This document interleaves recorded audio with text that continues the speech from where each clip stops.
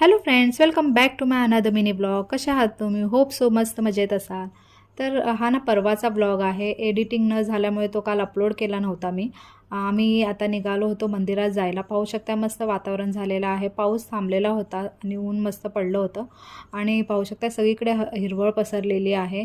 सकाळी 8 वाजता आम्ही निघालो होतो, 8:45ला पोचलो. तर आज आम्ही आलो होतो कामाक्षी देवीच्या मंदिरात. हे आहे फोंड्याला, म्हणजे फोंड्या शिरोड्याला. तर जे गोव्याचे लोक आहेत त्यांना हे माहिती असेल आणि बघितल्यावर कळेलसुद्धा. तर अमावास्येच्या दिवशी या मंदिरात खूप गर्दी असते, खूप मान्यता आहे या देवीची.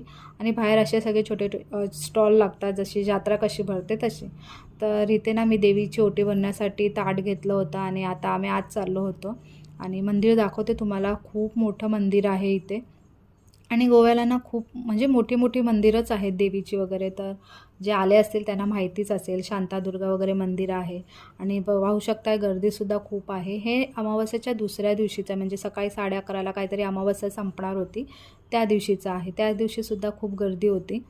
तर आम्ही मंदिरात गेलो आणि हे असं खूप म्हणजे हे राऊंड्स फिरून जायला लागतं, एवढी गर्दी असते. आणि पाहू शकताय तुम्ही किती लोकं आलेली आहेत.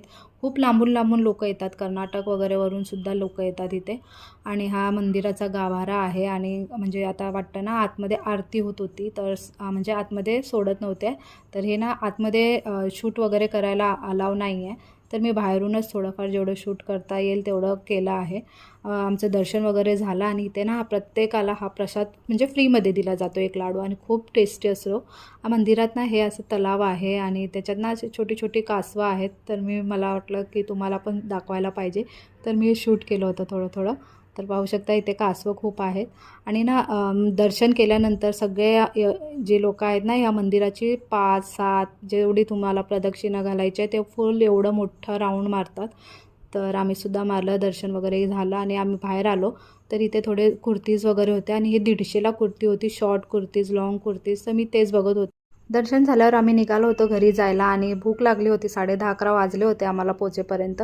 तर आम्ही आज विचार केला इथेच नाश्ता करूया आणि आम्ही इथेच करतो जाताना. तर हे आमच्या घराजवळच आहे, एक ऑटो आहे, कपल चालवतात ते मस्त ना, म्हणजे त्यांनी मस्त सेटअप केलेलं आहे. पाहू शकता वेगवेगळी व्हरायटीज आहे, डोसा, मेदूवडा, इडली, आणि खूप टेस्टी आणि रिजनेबल प्राईजमध्ये आहे. टिफिन सर्व्हिससुद्धा अवेलेबल आहे. तर जर तुम्ही कोणी गोव्याच्या असाल तर बिर्ला क्रॉसला आहे मीटिंग पॉईंटजवळ.